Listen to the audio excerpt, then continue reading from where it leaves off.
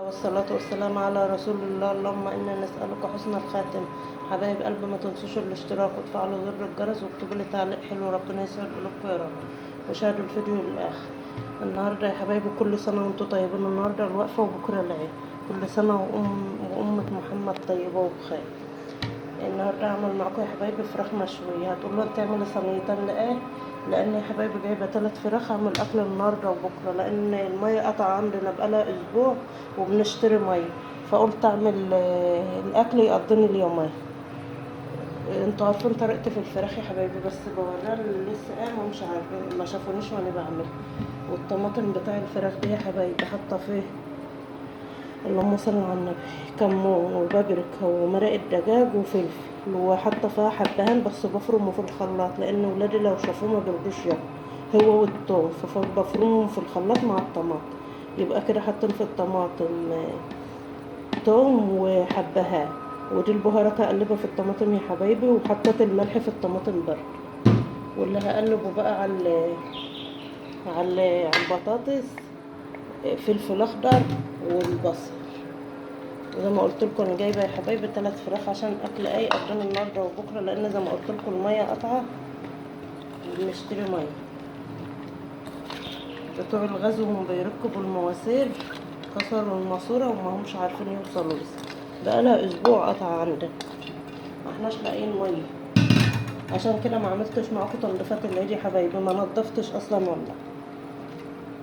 انا ايدي في الشقه بتاعتي يعني على طول بمسح وبنضف على طول.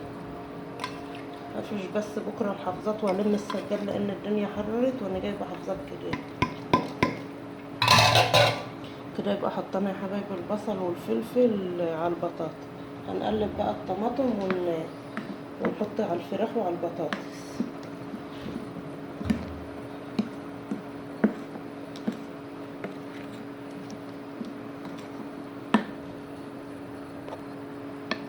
كده هنحط نص الطماطم يا حبايبي على البطاطس والباقي على الفراخ.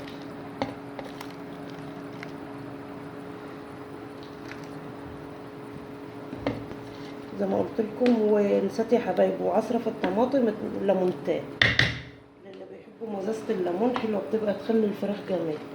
حتى ليمونتين بقشره وفرماهم في الخلاط مع الطماطم. نرص كده الفراخ يا حبايبي.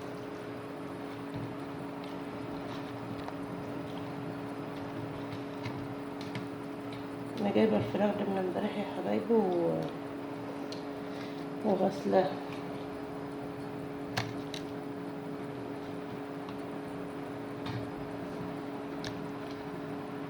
اعملهم في صينيتين، لان الصينيه اللي عندي مش واخده يا حبايبي الفراخ كلها.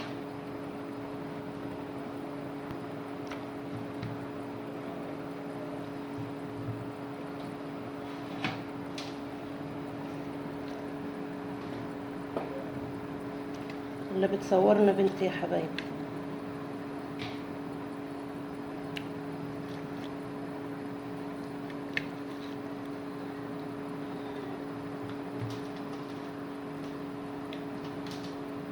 شايفين القط يا حبايبي؟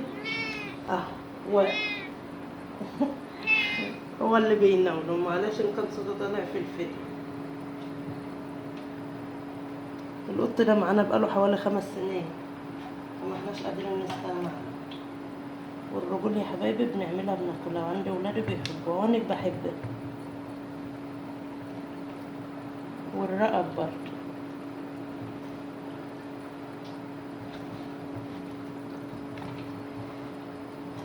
ودي الكبد والقوانص هحطها بردك يا حبايبي.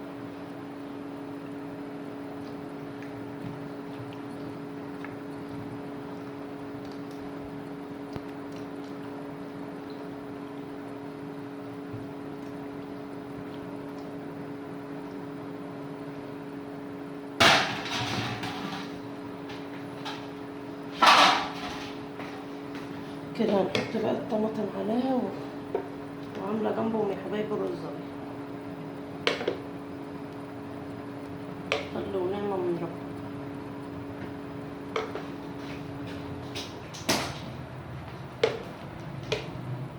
زي ما قلت لكم الطماطم دي يا حبايبي فيها توم وحبهان وحاطه فيها ليمونتين، للي بيحبوا مزازة الليمون ده بتبقى حلوة في الفراخ.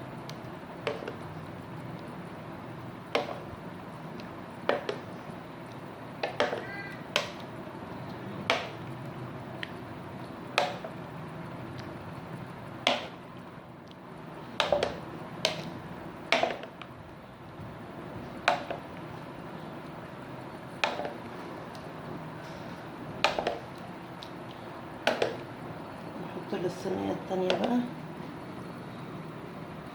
بسم الله.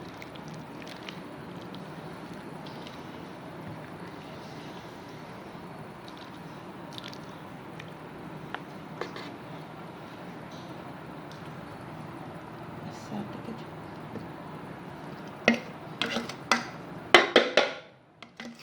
كده خلص يا حبايبي. اوطي الرز بقى يتلبن واطلع اولع الفرن ارجع معاكم تاني.